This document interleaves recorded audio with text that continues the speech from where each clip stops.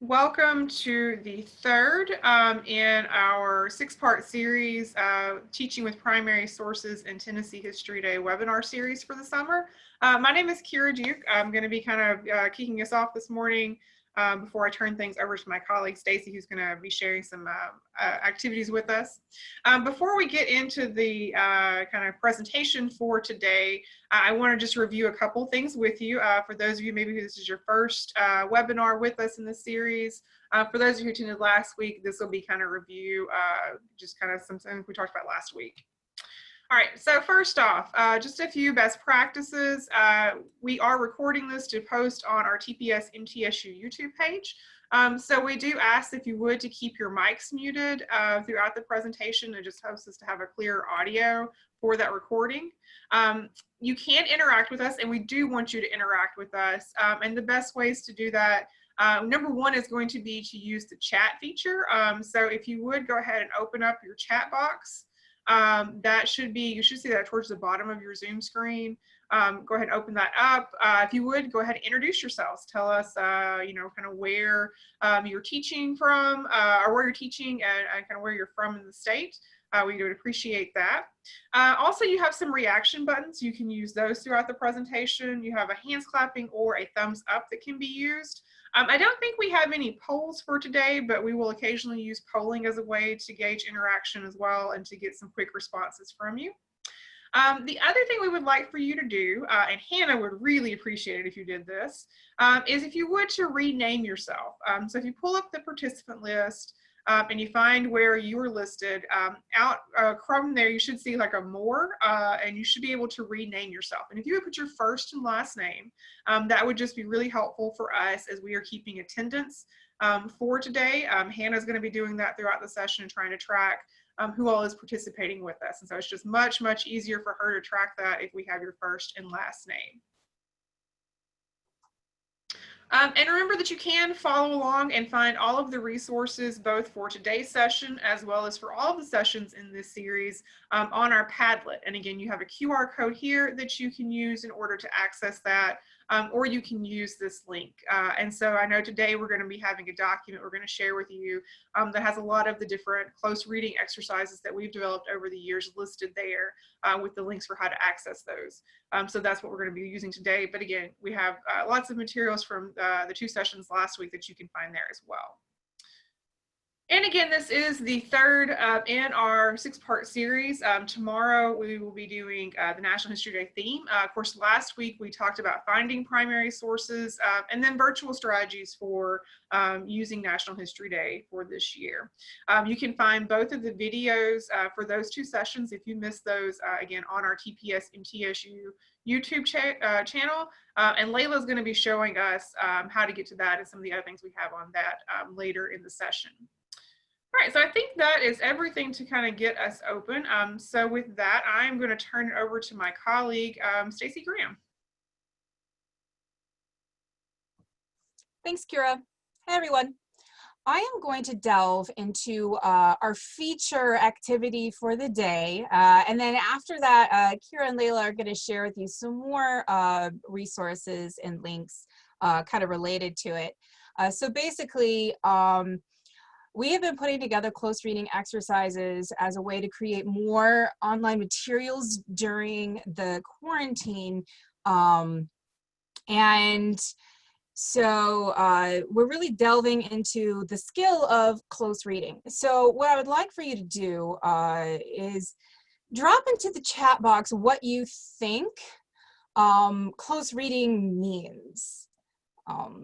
What kinds of things come to mind? What do you want students to do when you're trying to teach them how to do a close reading?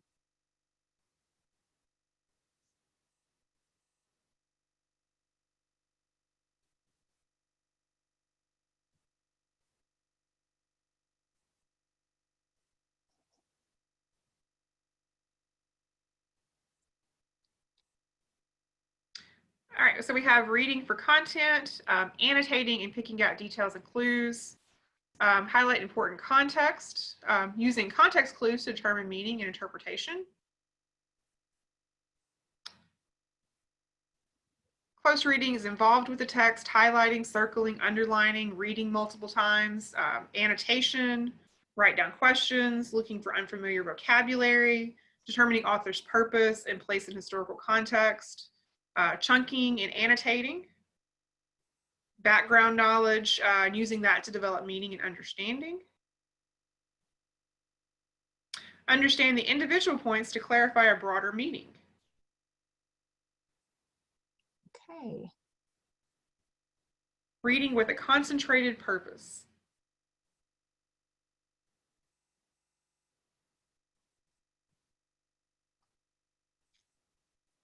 All right, I am still glancing at the chat box to see all of these answers. These are great. And I'm gonna delve into some of these. So yes, close reading can mean all of these things. Some of the things that are popping out to me in your answers that I'm gonna be trying to highlight in the activity is context. What's the background of the text that you're looking at? And then delving into the text itself, what is it saying? And then why and how is it saying that? And so, yes, you do have to read these things more than once. We're not going to have a lot of time to do a lot of reading in this particular webinar, but it's just I'm going to take you on a walkthrough with some ideas of what you can do with students. So I'm actually going to share my screen and go to the activity that we're going to go through today. Now, those of you who follow us on Facebook may have seen that this was posted last night because we try to post on Mondays the close reading exercise for the week. And I selected Henry David Thoreau because his birthday was Sunday, and sometimes I pick things because they're timely. They're, you know, they pop up in Today in History kinds of things. So I decided instead of Walden, I was going to pick his essay on civil disobedience, which is not the title he gave to it, for starters. He called it Resistance to Civil Government. And when it was republished in an anthology after his death, the title Civil Disobedience was given to it at that time. And so, yeah, that's actually not the original title. So basically, what you're looking at right now is the worksheet that is linked through the Facebook post. And this one is 3 pages long. They're, you know, these things are usually just like 2 or 3 pages long.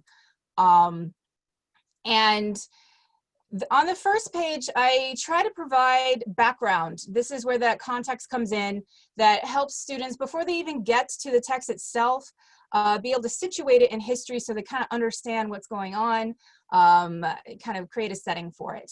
And this is the kind of thing where hopefully if you have 8th grade students, they can read this on their own. Now, 4th grade students, you're going to need to guide them through this and not just throw this at them and have them expect to kind of get what you want them to get out of it. But so we have some background talking about Henry David Thoreau. Somebody please admit people from the waiting room because that's really popping up on my screen right now. Okay, so he is a famous American writer from the early to mid 19th century. He's well known as part of the Transcendentalist movement. And so that glorified nature, self-reliance, intuition, and individualism. And so these are themes that we're going to expect to pop up in the text, and they will. And so he's well known for his experiment at Walden Pond. So the links within this background are more for you as a teacher than for the students.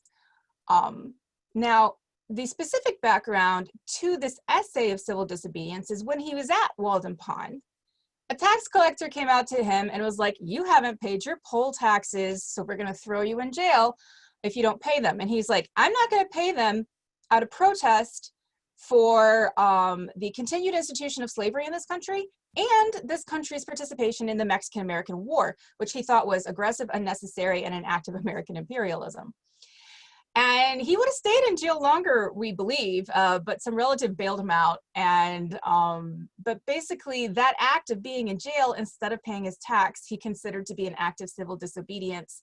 And so after he emerged back into society from being at Walden, he wrote this essay. And it brings in his abolitionist thought. And so the abolitionism is the connection to the curriculum standards, since I was surprised to find he's not named specifically in the curriculum standards anymore, but the abolitionist movement is. Okay, a note on the text. So I just have one excerpt. The exact same one appears on both pages 2 and page 3, but it's the stuff on the right-hand side that's going to change. So the resources. Now this is what your students will want to click on in order to kind of fill in their background information before they read the text. So there's a really wonderful introductory video, and this is the specific 3 minutes where they talk about this essay. This video is, it's a Ken Burns produced, very nicely done video from the Walden Woods Project. And, you know, it's narrated by Robert Redford. So it's really well done. And it shows some primary source images. It reads some quotes from the sources, and it's just a nice little introduction. Fourth graders can read the part about Henry David Thoreau from the America's Story portion of the Library of Congress website. This is geared towards their level of reading. And eighth graders can read the Today in History, which is also very short and informative and talking about his life and his significance. So these are also great kind of contextual pieces for them to be exposed to before they get into the text itself. Now, there's also a short essay about what transcendentalism is from history.com. The link to transcendentalism from up here is for an internet dictionary of philosophy. So you don't want students to go there. And then additional links for you as a teacher if you want to have more background information yourself, or if you want to have ideas for further research. Okay, so the reason why I pretty much annotate this twice, and annotating, of course, is a word that pops up a lot with close reading, and you want to explain what it is to your students. And if I were a bit more high tech right now, I would use the annotation feature to be underlining and highlighting and making arrows and circles and stuff within the text itself to point out specific words and their meanings. But I do it basically this way with, you know, here's an arrow and here's my annotation on the side. But the first one of these is basically a paraphrase. Be like, I'm reading the text and then I'm like, okay, what is he saying here? So this is where I'm trying to kind of come up with an easier way to think of it in my brain. And so if you want, your students could just read this before they even read the text. It may not make quite as much sense in terms of being a little bit chopped up, but at least it's in our modern day language. And then on the third page, this is where the context clues come in, because you can understand the text from reading it to a certain degree, but then you want them to make those connections that you guys mentioned in the chat box. So what I'm going to do with my time here is I am not going to read these right here. I'm going to just read the text all the way through once, and then we're going to go through and talk about some of the context clues. Because you definitely want your students to learn to read through a text a number of times, looking for different meanings.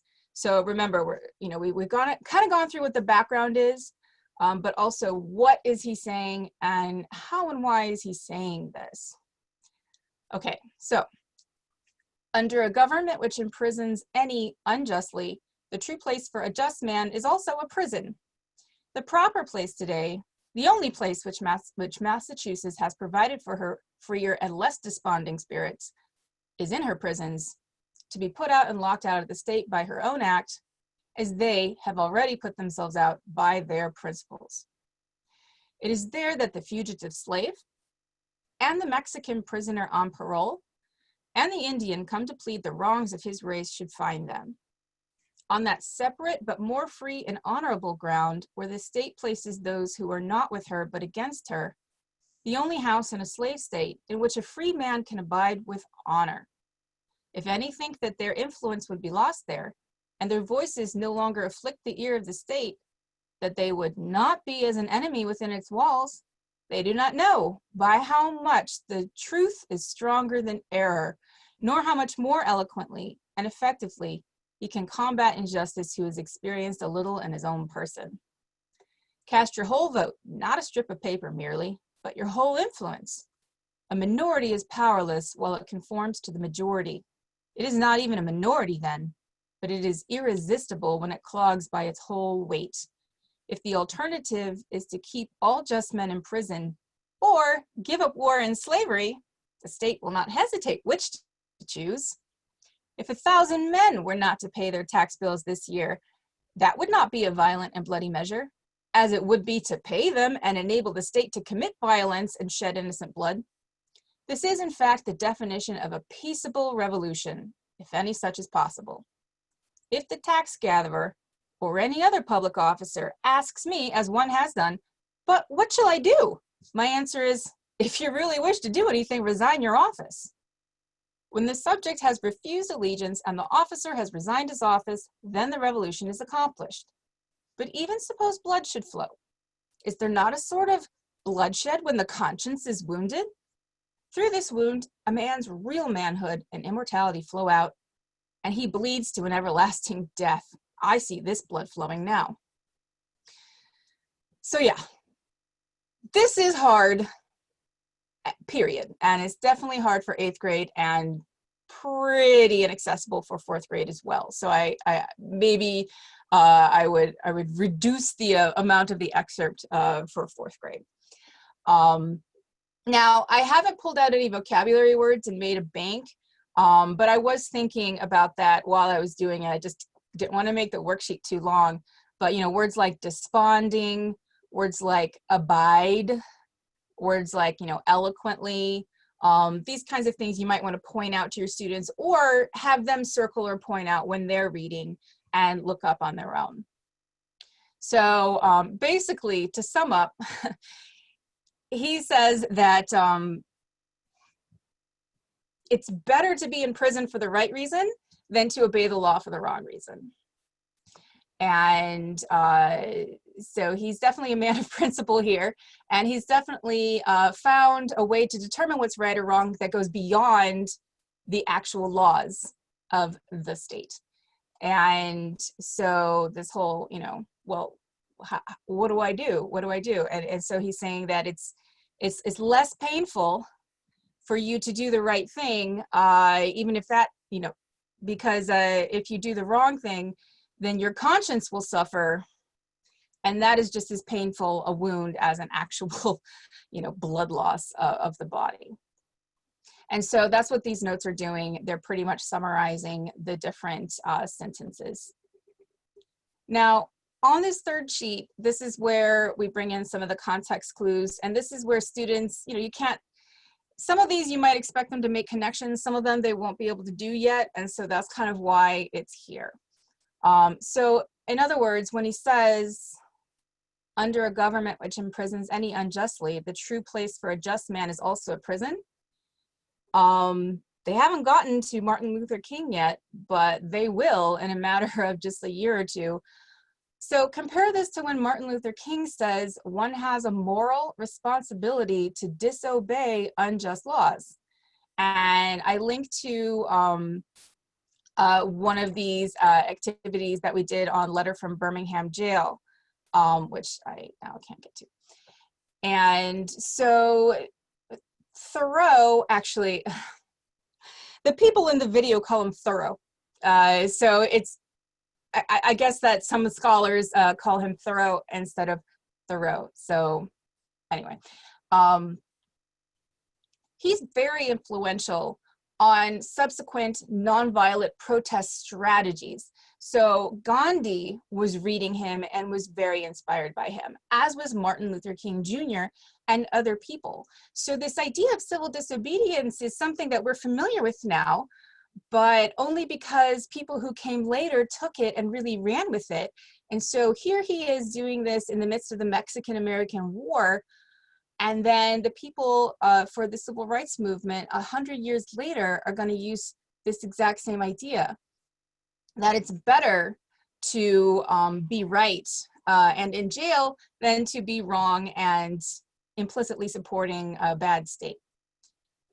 And of course, I explain what the state means. And then this comes out in 1849. And that's 1 year before the Fugitive Slave Act. So you can imagine what he would feel about that act after it comes out, if he's already this anti-slavery beforehand. So it's true that like later in life, he's so opposed to this fugitive slave law that he gives a lot of lectures against it. And he even helps out with freeing slaves along the Underground Railroad. So he definitely, you know, he acts out his principles and doesn't just say them or publish them. And so the Mexican-American War is an important piece of context to help understand this as well, because one of the things that it does is it kind of it stirs the pot of the argument between slave states and free states in the Union.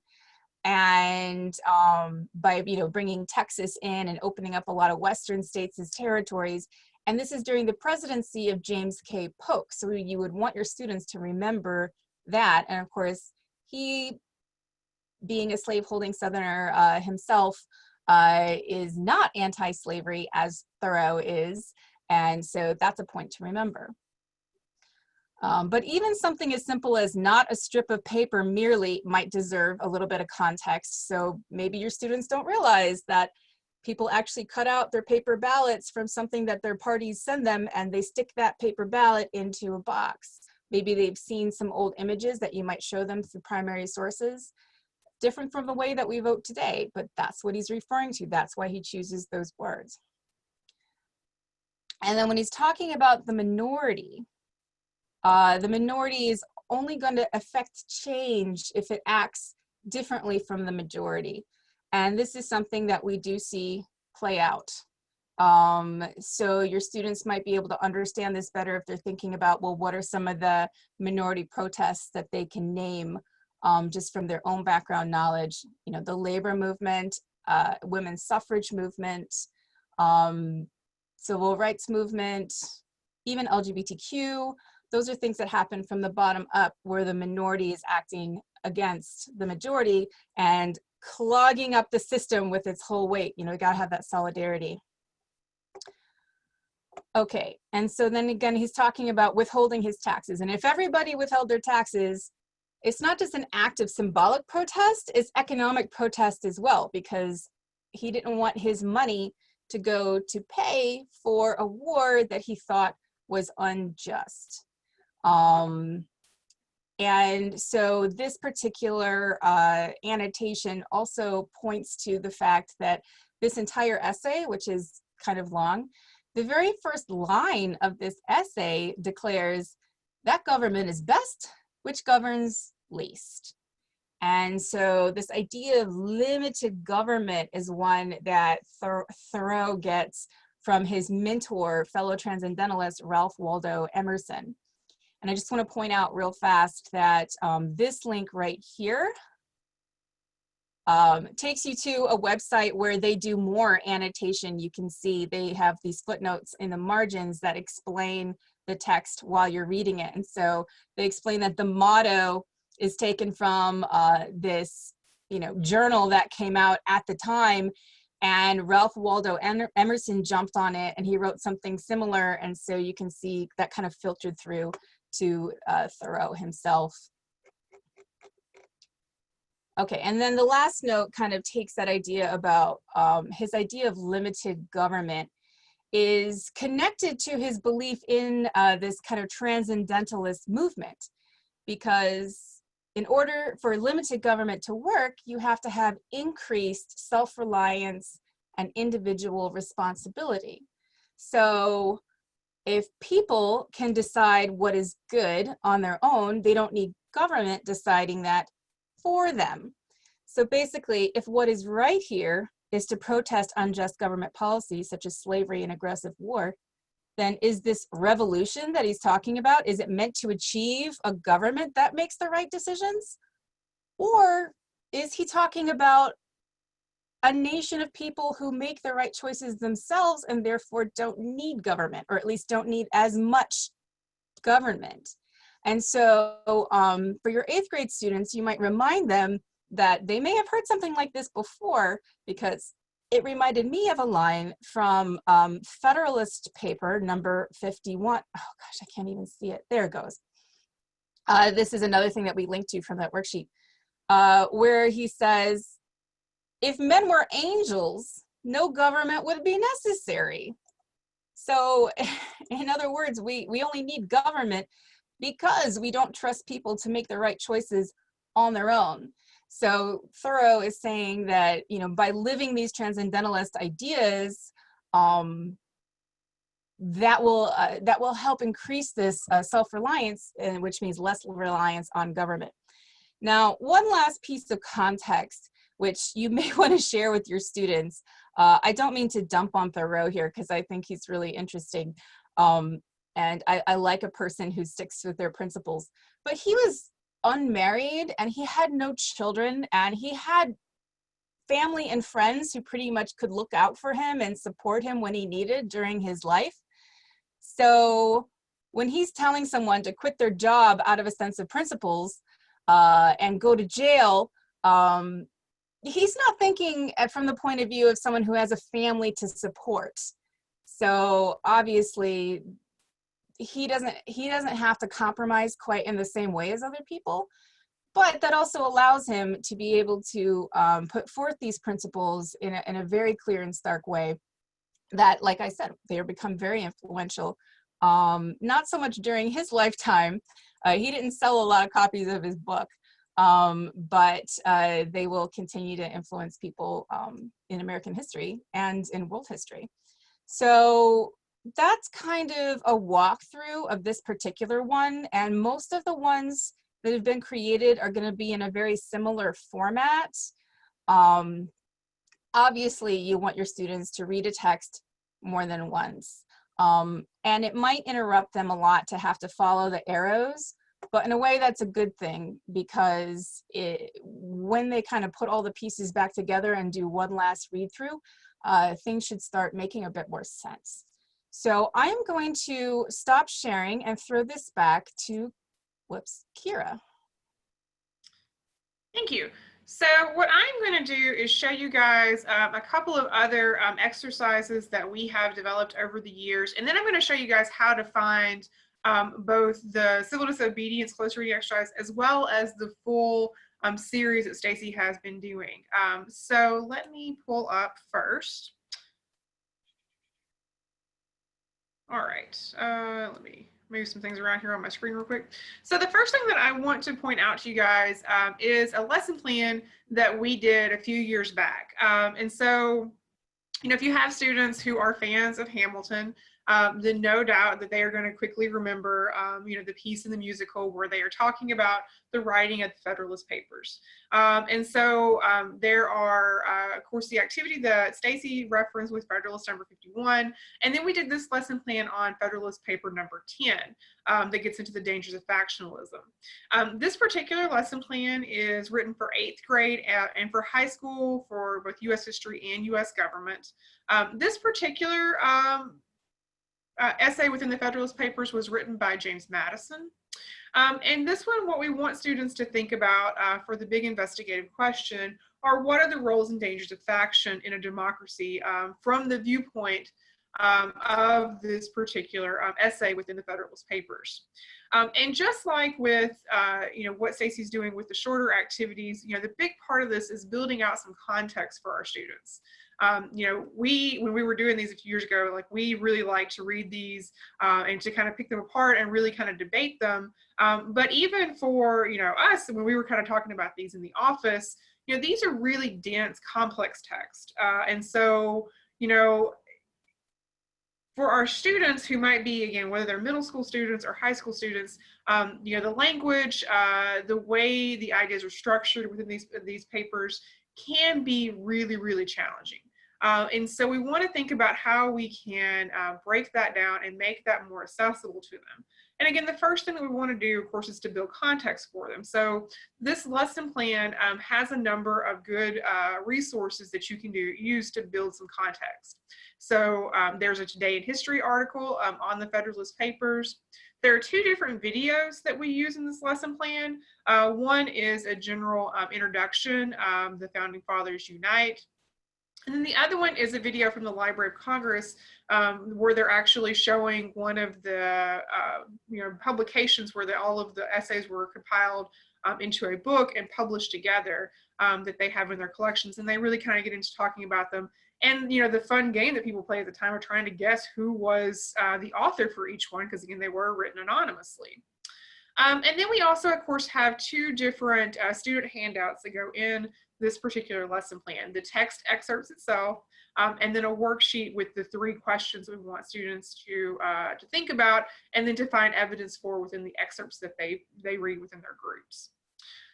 With the procedures for this one, you're going to need to talk about a few terms to get them started. So having them think about what the word federal means and how that then relates to the word federalist. What is a faction? And then what is the difference between a democracy and a republic?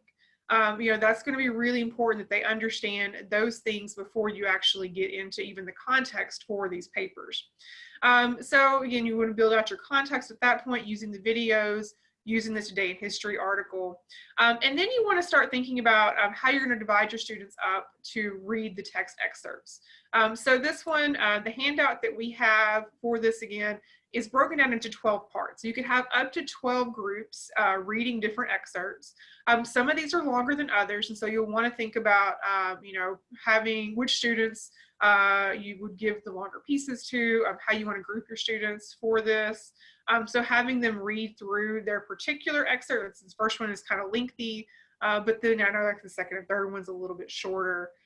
So again, giving your students their particular excerpt for them to go through and read, look for unfamiliar vocabulary, you know, and really just kind of get a sense of the, you know, what's going on and have them try to figure out, you know, some meaning within their particular excerpt. After they've had a chance to do that, again, reading it probably at least 2 to 3 times in their groups, you want to give them the questions that they're going to be answering. And so what those questions are, what is the danger of factions? Why is a pure democracy not a desirable form of government? And how can a republic address the issues of factionalism? So again, thinking about just what they have read within their particular excerpt, students would then go in and try to answer these 3 questions. And you'll note that there is a column there on the right for them to cite evidence from their particular excerpt. Now, some of these excerpts may speak more directly to one question than to others. So that would be something for students to think about as they're reading through these. You know, there may be that one of the questions isn't particularly addressed in their excerpt. But again, they have to be able to cite evidence for their answer from their particular piece that they read. So once students have had a chance to do that in their groups, you want them to come back together in the class and report out their findings. And because what we want them to do is to begin to draw connections between the various excerpts and their answers to get a holistic sense of what the Federalist paper number 10 is saying about the dangers of faction, so that they can come back and argue and answer that full investigative question about what this paper is saying about the dangers of factions. And so then this lesson plan will end, you know, after they've had a chance again to come back together, kind of compare their answers, think about how the paper argues its points that it's trying to make, and then also, of course, think about how this can, you know, is this still represented with what we're seeing in our country today? You want to be able to have them do that reflection and to bring this full circle. And then if you have time, something that you could do with this is have students begin to translate a particular passage from the excerpt that they read, or you could have all students do one particular passage, have them translate it into modern day language. And doing that translation exercise is really good for testing their reading comprehension and really challenging them to kind of think about what the point is being made here. And of course, then if you're in a classroom where maybe you are being able to partner with younger students, you could actually have the students then take their translation and share that with younger students. That might be something to do, again, if you're in a school where maybe it's like a K-8. So that is how this lesson plan unfolds. You also have some ideas here for extensions for some of the other pieces. All right, and then finally, I want to show you guys one of our other close reading exercises. So this is one of the ones that Stacy's been doing this summer, again, sort of modeled along what she just showed us with the one for Thoreau. So this one, though, is about the life of Charlemagne. So we have been thinking about our world history teachers. We've done two. We did this one, and then she also did one for the Iliad. And just like with the one we just saw, again, we started out with some context. Who was Charlemagne? A little bit of understanding about who he was and why he's important before we even get into the text that we're looking at here. So this one has two short excerpts from the life of Charlemagne. And again, you'll note out from them some context pieces for helping us to understand what is being talked about here. Again, with some links here so that students can really find some additional information. This one, what we want students to be able to do by the end of it is answer the question, looking at these two passages, how did Charlemagne exemplify the model of a good ruler? And why is he a good person for the Pope to turn to? And how is Charlemagne portrayed as more legitimate than the Byzantines? That is hopefully the questions that students will be able to respond to after they have looked at these two excerpts. Now, how do you guys find, these great new things that we have? These have all been posted on the TPS Teachers Network. And if you guys aren't familiar with that, this is, we jokingly refer to it as Facebook for Teachers, that the Library of Congress has been supporting for the last few years. What this network was created for was to provide a platform so that all of the various educators across the country participating either in TPS workshops or through some of the various grant programs that are funded through the TPS network, can continue to interact with each other, can share ideas, and can connect with all of the other folks who are working with this Library of Congress supported program. So there's no cost to create an account. You would just go to tpsteachersnetwork.org and you can create an account there. Once you've done so, you want to look for this group, the TPS MTSU Expanding Citizenship. And the easiest way to do that is you can just, when you get to log in, once you create an account, go up here to the search box, put TPS MTSU Expanding Citizenship, and it'll pop up that way. Now, what you have to do is then join the group. And to do that, there's probably going to be a button somewhere here right along in this area for you to join this particular group within the network. And then that way you'll be able to access all of the things that we're posting here. You'll be able to make comments on things, share your thoughts. And if you're trying to figure out how to do this later on and can't quite remember, we do have a short video on our YouTube channel that will guide you into how to create an account and how to find this particular group. And Layla's going to show you how to find that video here in just a few minutes.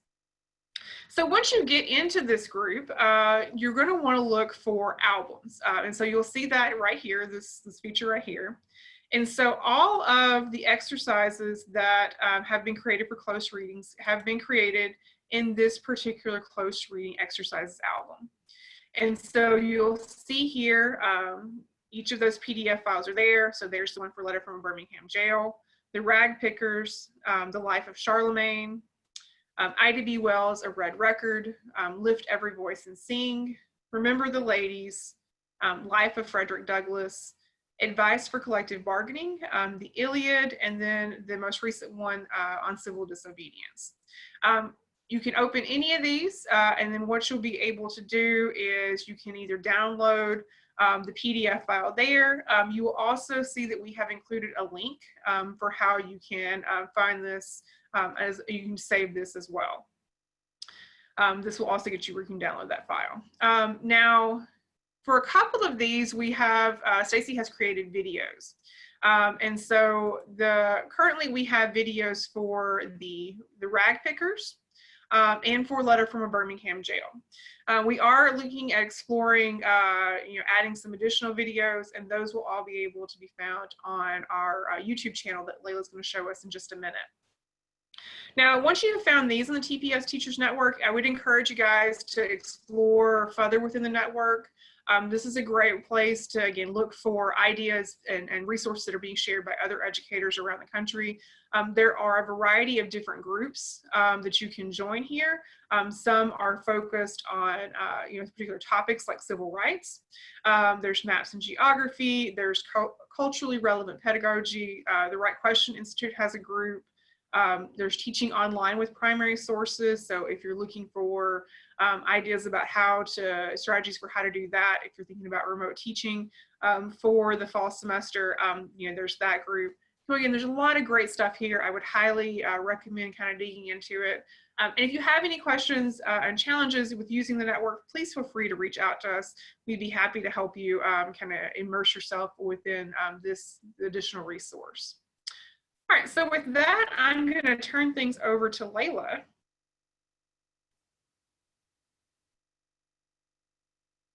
Hi guys, so I'm going to go ahead and share my screen with you. Let's go here. All right. Great, can everybody see my screen? Yeah, perfect. Okay, so my name is Layla Smallwood, and today I'm going to be walking you through our Teaching with Primary Sources MTSU website and just showing you where to access a few of the free resources we've talked about today, and just kind of showing you where we have these free resources available for teachers. So this is our homepage. Our website is library.mtsu.edu/TPS/home. That'll take you to our homepage right up there. So this is where you're going to see what's new, what new content we've created. If you'll just scroll down here, you'll see all of our new stuff. So you'll see lesson plan updates, new newsletter links, and other new updated resources as we create them. If you're looking for like new lesson plans and stuff, or not new lesson plans, they're a little bit older, not brand new content, they're going to be under this lesson plans and activities tab. So if there's something you've been looking for that you've used before and you don't see it on this what's new content, go to that lesson plans and activity tab, and that'll take you probably to what you're looking for. All right, so I'm going to show you our analysis worksheets first. So you go to Tools for Educators, and then you go to Analysis Worksheets and Graphic Organizers. All right. So here on this page, we have all of our analysis worksheets and guides listed. They're all PDFs. You can print them off, use them, or share them with your students if you're doing virtual learning. First, I want to show you guys the primary source analysis that's located at the top of the page. This is our primary source analysis tool. So see no wonder, the same kind of thing. So we have two versions of that. We have interactive. So this is a web fillable PDF, which is great for digital learning if we're moving in that way for the fall. We also have a PDF printable version. So here is the interactive version. If you clicked on that link, and your students can just type in their responses here, and you can have it filled out immediately. They don't have to print it off. They don't have to do anything. They can save it and send it to you for immediate review. We also have right here the writable printable PDF version of this. So you could print this off and give it to your students as well. And again, this is our primary source analysis tool. Your See No Wonder, I'm sure you do this all the time in your classroom. A lot of these analysis sheets I'm going to show you are great to pair up with the activities like the ones Dr. Graham has showed us today, the closed reading activities. So I love this primary source analysis tool. I use it almost every time because I feel like everybody can contribute when using this. Each student can look at an image, a document, a map, and they can tell you what they see in this first box, this observe box. It's a great handout for introducing a topic or for reviewing a topic. You can use it for either one. And when using this tool, everyone can come to the table. They can learn together regardless of grade or ability level. It's a great resource to use. Another analysis worksheet I want to show you guys is our ESP analysis worksheet right here. So this is a worksheet that you can use, or a handout that you can use for students to look at a source and think about the economic, social, and political factors when analyzing those sources. So how did this time period, this event, this document, this resource, how was it impacted by the economic, social, and political factors, and how did it impact economic, social, and political factors? So it encourages students to think a little bit more in depth when looking at primary sources. You can scroll down, you also have this little box right here if there's anything that doesn't fit in that economic, social, or political sphere. Another handout I want to share with you guys is the HIPPO analysis worksheet, and that is right here.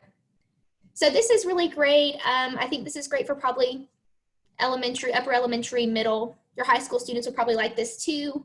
It encourages students to think about the historical context of the document, intended audience, point of view, and perspective. So all great pieces that you need to use, or all great investigative skills that you need to use when investigating and looking at a resource, a primary source specifically. So this is great for students when doing closed reading activities, if you want them to dig a little bit more, and kind of goes hand in hand with what Dr. Graham just showed us. What's the historical context here? What is the author's point of view? Who are they talking to? Why was this document created? And this O here is just outside information or organization of the document. So great to use when looking at a document, a primary source. Another handout I want to show you guys, this isn't technically an analysis worksheet, but or a fillable analysis sheet, but it's a great tool for students to use when investigating a source. This is something that each student can have in their binder, or if we're learning virtually on their desktop, on their computer, or printed out that they can pull up or pull out and use during source investigation. And that's our 25 questions to ask your primary source. And these are great, kind of just pushes students to investigate a little bit further. Your what questions, when, where, who, why, how many, which, and any other questions they can think of. This is something that really would push students, a source that will really push students to question their sources more in depth, to pull out pieces that maybe we don't see at the surface level. So I really like this 25 questions to ask your primary source, and that's available on our analysis worksheet, analysis worksheets tab right here. So the last thing, the last analysis handout I'm going to share is the text, context, and subtext. So I really like this 3-column one. Sorry, I just echoed. Can y'all hear me okay? Okay, I just had this weird echo, I'm sorry. So this is our text, context, and subtext handout. It's a great tool to use to push students to think a little bit beyond just the image or the text being analyzed. This handout was adapted from a book called Why Won't You Just Tell Us the Answer? Teaching Historical Thinking in grades 7 through 12. And I love to use this handout specifically with political cartoons because there's always something that you don't see immediately, some text or some context behind it that you don't know when you look immediately at the political cartoon. So this is also available on our website. This 3 columns, we have two of these on our website. We see the text, context, subtext. That's just a little bit different of a layout. The one that I showed you is right here, and it's the text, context, subtext in 3 columns. So just a little bit easier to go through. All right, cool. So we also have a lot of resources available in our newsletters. So each newsletter offers multiple activities, lesson ideas. They're all going to be aligned to state standards. They're going to have images, and they're also going to include other upcoming news and events and new content available through Teaching with Primary Sources MTSU. The newsletters date back to 2009. You see we have them all archived here. And we send out new newsletters at the beginning of every month. So our new newsletter will be sent out at the first of the month, and it will include information on our newest webinar, which is going to be over Tennessee State Parks, and that will be scheduled for August 13th. So here's an example of our July newsletter. It was over teaching with historical maps. Using maps, we had world history sources for our 6th and 7th grade teachers, and we had U.S. history teachers, or U.S. history sources for our other teachers who are teaching American history content. So we have map making on horseback, Sanborn fire insurance maps, which are really fun to look at, the fourth part of the world, which was actually our featured lesson idea for our webinar, and the Transcontinental Railroad. And we always include extras right here on our page 4, just to give you some more resources if you'd like those. So our newsletters, like I said, we've turned them into webinars. So our July newsletter was over maps, our June newsletter was over music, and our May newsletter was over historic epidemics. So we're doing these webinars. We've started to offer one each month for our monthly newsletter. So when you click on, I'm just going to take you to our workshop page real quick. Upcoming workshops, you'll see that we have our webinars listed here. So in addition to our workshops and webinars we have going on, we'll also have our monthly newsletter webinar listed right here. So this month, like I said, is going to be State Parks. It's going to be at 4 p.m. on August 13th. And you'll email Kira to get that information and register. So our webinar, like I said, will be on August 13th. We're going to do updates for our webinar on our Facebook page. But first, I want to show you guys our YouTube channel. So we're posting all of our information, posting our webinars after the fact. If you can't attend with us in person, I know life is crazy right now. We're going to post those to our YouTube channel. And an easy way to get to our YouTube channel is from this upcoming workshops tab. If you just go here, it'll take you to our YouTube channel. And if you want to be a little bit harder on yourself, just go to YouTube and search TPS MTSU and it'll show up. But here are all of our webinars. I'm going to take you to videos. So there's our Using Maps webinar, our music webinar, and our Historic Epidemics webinar. On this YouTube channel, we also have our closed reading exercises that Dr. Graham has shown us. We have the letter from Birmingham Jail. We have the Rag Pickers close reading exercise. We also have a workshop from Teaching the Industrial Revolution on our YouTube page as well. So a lot of great resources available through our YouTube page. We also have our Facebook page. Dr. Graham dropped the link in there for you guys as well. We post a lot of stuff from our YouTube channel, like the closed reading exercises, directly to our Facebook page. If you would like to follow us for more information, we are teaching with primary sources at Middle Tennessee State University. On our Facebook page, we post about upcoming events like our webinars and workshops. We also share newly created content like the closed reading exercises and other videos and lesson plans from workshops and webinars through our TPS MTSU Facebook page. So we also share, in addition to new content created, older content available through TPS MTSU and the Library of Congress. We share stuff weekly, lesson plans, maps, images, anything you can think of. So go like our Facebook page. It's Teaching with Primary Sources, Middle Tennessee State University, to get some more updates. All right, guys, thank you for your time. I know that was kind of a crash course of our resources. I'm now going to turn it back over to Kira for Q&A. Thank you, Layla. So if anyone has any questions, please feel free to drop those in the chat box for us.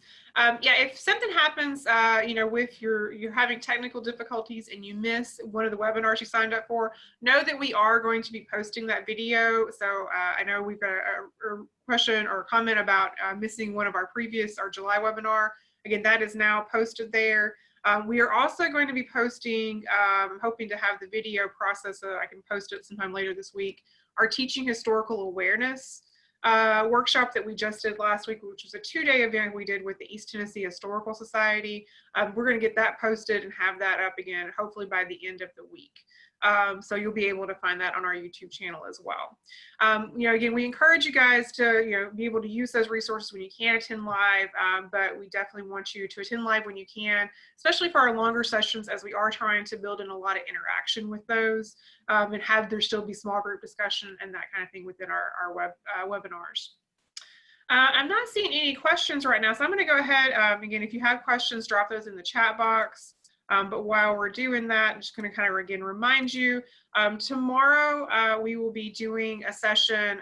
Jennifer and her team is going to be talking about the theme for this next year for National History Day. And then next week we will have historical context, and then National History Day as an extracurricular activity and as a classroom project. So that's the 3 remaining sessions we have in this series. Again, these are all also going to be recorded and posted on our YouTube channel. So you can, go back and watch those if you happen to miss one or miss part of one. Again, don't forget that you can find all of the resources listed today on our Padlet. And I'll pull that up in just a second to show you again what that looks like. Don't forget, though, that we do need for you guys to fill out the short survey. And if somebody could drop the link for that in the chat box for everyone. You do need to complete a survey after each session that you attend. We are using that as a way also to track participation. There is a stipend available for those people who actually attend all 6 sessions live with us. So we are using the survey to help track that. So again, that is there. And again, I want to show you just real quickly. Wait, that wasn't really what I meant to do. So our Padlet. So again, when you open the Padlet, it looks like this. So again, you'll see there are columns for each session that we are doing. So last week's session, you'll see PowerPoints, links to our website, links to resources, and of course the recording from last week's webinar. And again, the same thing for the Wednesday session last week, links, resources, and the recording here at the bottom. And then today, the list that Stacy has compiled of all of our very guided close reading activities. You'll find links for all of those here on the Padlet, including all of the ones on the network album that I showed you guys, as well as some of the ones from our website. So again, that can all be found there on the Padlet. Once the video is up, we'll also of course post the link there for that. All right, did we have any questions? All right, well, if not, we want to thank you guys again for attending today's webinar. We hope to see many of you back tomorrow for tomorrow's session. Again, we hope you guys have found this helpful. Thank you guys so much for joining us. Kira, I put a list of people. We're checking attendance. The list that I put in the chat is people we do not see. So